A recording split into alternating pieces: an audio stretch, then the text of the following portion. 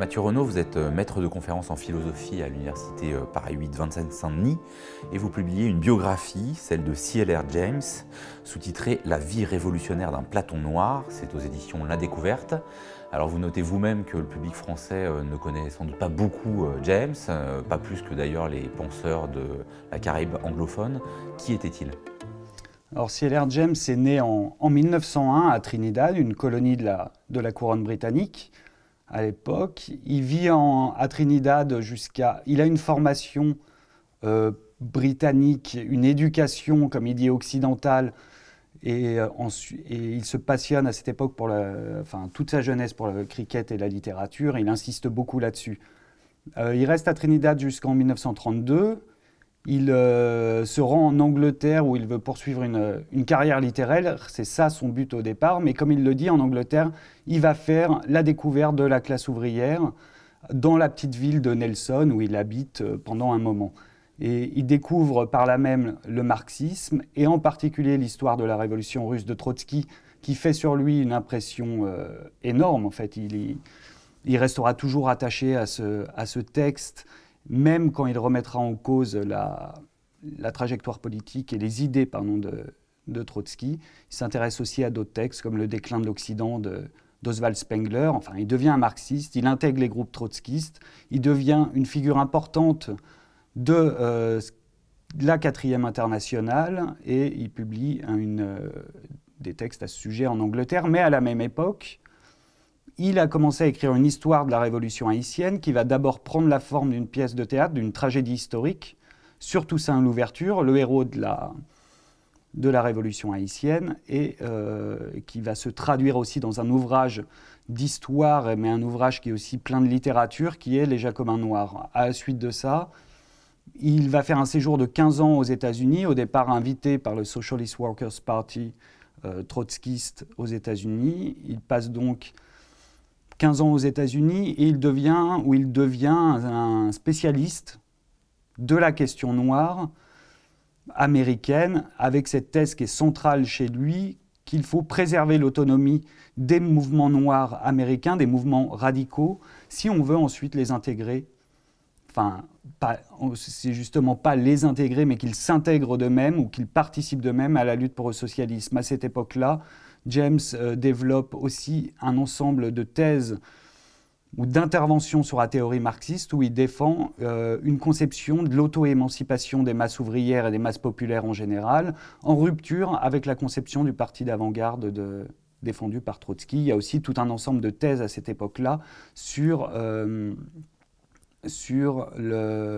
les arts populaires américains et sur le cinéma, qui sont très intéressants par ailleurs. Par la suite, il revient, quand il est expulsé des États-Unis pendant le McCarthyisme, il revient en Angleterre, il développe tout un ensemble de thèses sur lesquelles je vais passer, mais puis il s'intéresse de très près, il devient proche de Kwame Nkrumah, leader de la révolution ghanéenne, donc il y a aussi tout un ensemble de réflexions sur les luttes d'indépendance en Afrique à cette époque-là, et sur la révolution hongroise, avec toujours ces soucis chez lui de penser à la fois les révolutions en Europe et les luttes d'émancipation en Afrique et les conditions de leur branchement, de leur connexion, sans hiérarchiser les unes et les autres. Ensuite, il fait un séjour à Trinidad, dans son pays natal, où il va accompagner aussi le mouvement pour l'indépendance.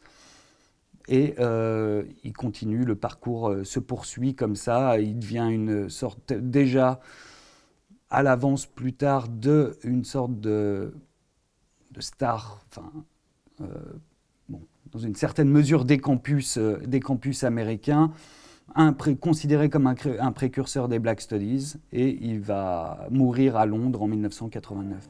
Donc, résumé rapide par rapport à la richesse de la vie de James et qui complexifie la géographie qu'on a d'habitude du marxisme. En quoi est-ce qu'il va au-delà de métisser le marxisme de lutte anticoloniale et inversement ? Alors d'une part parce que James, à partir du moment où il est devenu marxiste, s'est voulu le marxiste, pour lui en tout cas, parce que ce n'est pas le cas d'un autre point de vue, le plus orthodoxe possible, l'héritier de Marx et Lénine, ces deux maîtres à penser, et ça, il n'est jamais revenu dessus. Donc il n'était pas question pour lui de tempérer certaines thèses marxistes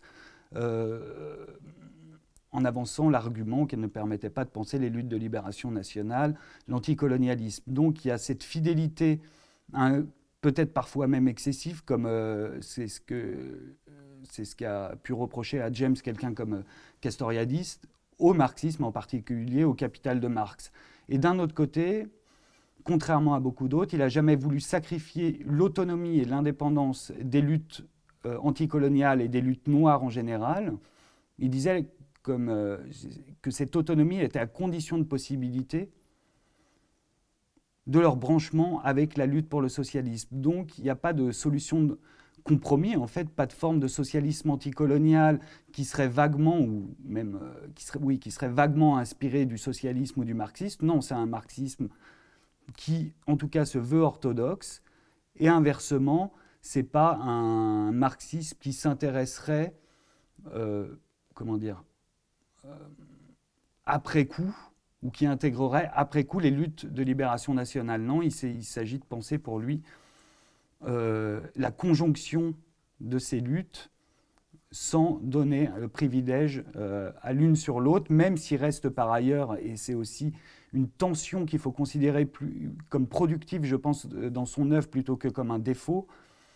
Il reste une tension entre une conception qui reste eurocentriste. La révolution socialiste se passera d'abord en Occident avant de se déployer ailleurs. Donc tension entre cette vision-là et une conception qui est, oui, comme j'ai dit, cette conception autonomiste des luttes noires et panafricaines. Et en quoi, concrètement, aujourd'hui, la lecture de James pourrait aider une gauche radicale qui, des fois, a encore du mal à faire place aux revendications des minorités non blanches ? Pour cette raison, justement, je pense qu'elle permet et qu'elle oblige même à penser ces luttes des minorités sans avoir à remettre en cause les grands principes des théories de l'émancipation, en particulier du marxisme. Mais avec cette idée que ces théories, il faut les traduire, et non pas seulement traduire à la pratique, mais traduire à la théorie marxiste dans des concepts qui sont, des contextes qui sont autres que celui qui les a vus naître, qui l'a vu naître, cette théorie marxiste, l'Europe puis la Russie, mais en Russie, c'était déjà une traduction du marxisme de Marx et Engels. Donc la nécessité d'une traduction pour éviter toute abstraction.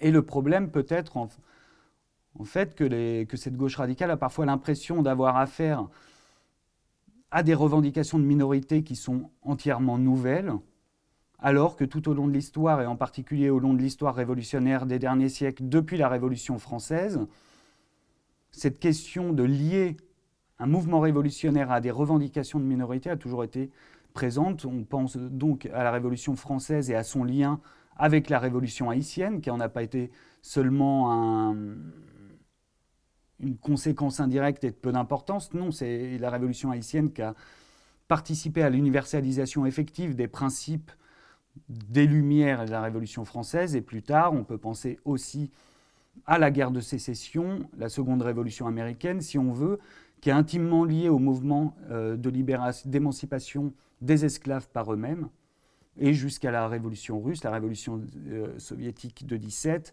qui elle aussi s'est accompagnée de mouvements d'émancipation qu'on appelait déjà coloniaux ou anticoloniaux aux marges de l'Empire russe, et en particulier dans ces régions musulmanes. Votre livre voudrait aussi proposer une forme de renouvellement d'une critique de l'eurocentrisme. Pourquoi et comment, si c'est possible ? Alors pourquoi il me semble que ce renouvellement de la critique de l'eurocentrisme est nécessaire? Parce que, d'une certaine manière, les études postcoloniales dans le monde anglophone, je ne parle pas de la France ici, où elles ne se sont pas vraiment développées, mais dans le monde anglophone, cette critique de l'eurocentrisme s'est essoufflée. Pourquoi, à mon sens? Parce qu'au bout d'un moment, elle a eu tendance à s'autonomiser outre mesure, dans le sens où on ne s'est plus demandé à quoi ça sert la critique de l'eurocentrisme et pourquoi, tout simplement, l'eurocentrisme serait un mal ou est un mal.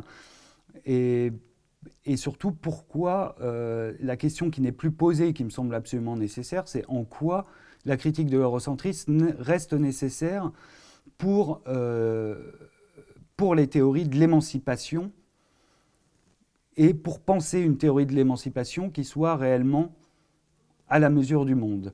Et c'est ce que j'ai essayé aussi de faire passer dans le sous-titre de l'ouvrage, en reprenant une expression utilisée par le Times dans les années 80 pour désigner James. Le Platon noir, c'était toute l'ambiguïté de James lui-même. James qui est une figure majeure de la critique de l'eurocentrisme, mais en même temps qui reste extrêmement influencé par les grandes figures de la tradition occidentale, de Platon justement à Lénine, en passant par Marx, Rousseau, etc. Merci beaucoup, Mathieu Renaud. Merci.